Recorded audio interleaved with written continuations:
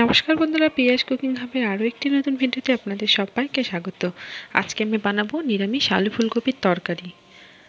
তো এই নিরামিষ আলু ফুলকপির তরকারিটা যে কোনো নিরামিষের রান্নার সঙ্গে ভাত রুটি সব কিছুর সঙ্গে ভালো লাগে। তো দেখুন, আমি এখানে ফুলকপি নিয়েছি, একটা গোটা ফুলকপি নিয়েছি আর ডুমো ডুমো করে কেটে আলু নিয়েছি। প্রথমে আমি কড়াইয়ে একটু গরম জল করতে দিলাম, অল্প একটু জল দিলাম, কারণ গরমকাল তো ফুলকপিটা এখন খুব একটা তাড়াতাড়ি সেদ্ধ হয় না, তার জন্য ফুলকপিটা একটু ভাপিয়ে নেব। এই ফুলকপিটা ভাপিয়ে রান্না করলে জানেন তো, যে আমাদের অম্বল গ্যাসের সমস্যা যদি কারো থাকে ফুলকপি খেলে, সেটা কিন্তু একদমই হবে না। তো দেখুন, ফুলকপিটা ভাপিয়ে ওই ভাপানো জলটা ফেলে দিলাম। এবার কড়াই নিয়ে নিলাম সামান্য সর্ষের তেল। ওই সর্ষের তেলের মধ্যে আমি ডুমো ডুমো করে কেটে রাখা আলুগুলো দিয়ে আমি ভালো করে ভেজে তুলে নেব। আলুগুলোকে একদম লাল লাল করে ভাজতে হবে। তো দেখুন, আমি আলুগুলোকে একদম লাল লাল করে ভেজে নিচ্ছি। তো সামান্য এক ফোঁটা হলুদ দিয়েছিলাম তেলের মধ্যে। তো দেখুন, কড়াইয়ে ভালো করে আমি আলুগুলোকে ভেজে তুলে নিচ্ছি।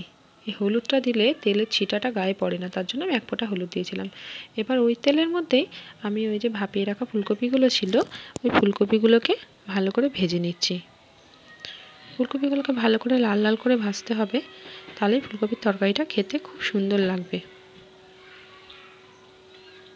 তো দেখুন, ফুলকপিটা আমার ভাজা হয়ে গেছে, ফুলকপিটাও আমি তুলে নিচ্ছি। এবার ওই তেলেই আমি দিয়ে দিলাম একটু গোটা জিরে, শুকনো লঙ্কা আর একটু তেজপাতা। এটা আমার বাটা মশলা আছে। এই বাটা মশলাটা আমি শিলেই বেটেছি। এখানে জিরা, আদা আর একটু লঙ্কা একসঙ্গে আমি শিলে বেটে নিয়েছিলাম। এই বাটা মশলাটাকে ভালো করে নেড়ে চেড়ে নিচ্ছি। দিয়ে দিলাম আধখানা টমেটো। আপনারা যদি মিক্সিতে বাটেন, টমেটোটা ওর মধ্যে দিয়ে বেটে নেবেন। আমি একটু হলুদ দিয়ে দিলাম।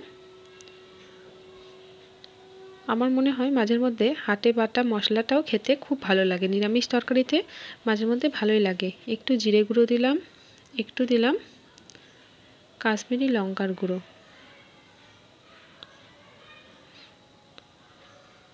দেখুন, ভালো করে নাড়াচাড়া করে নিচ্ছি এটাকে যতক্ষণ না মশলা থেকে তেল ছাড়ছে।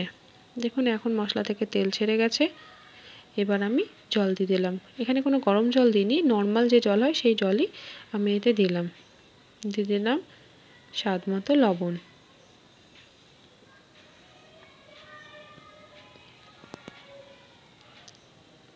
আর একটু চিনি দিলাম, যেহেতু নিরামিষ রান্নাতে একটু চিনি দিলে রান্নাটা কিন্তু খেতে ভালো লাগে।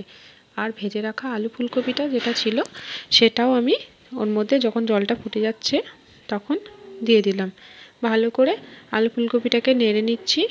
এর মধ্যে ভালো করে যাতে ঝোলটা এর মধ্যে ঢুকতে পারে আলু ফুলকপিটাকে।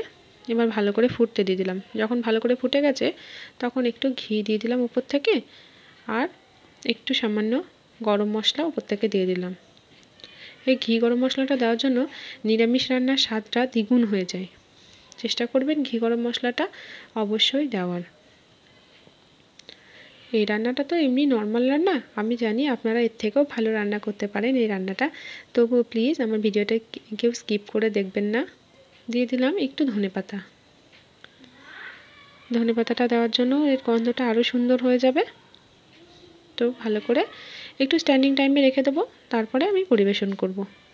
দেখুন, আমার রান্নাটা হয়ে গেছে। ভালো লাগলে অবশ্যই লাইক আর সাবস্ক্রাইব করে দেবেন।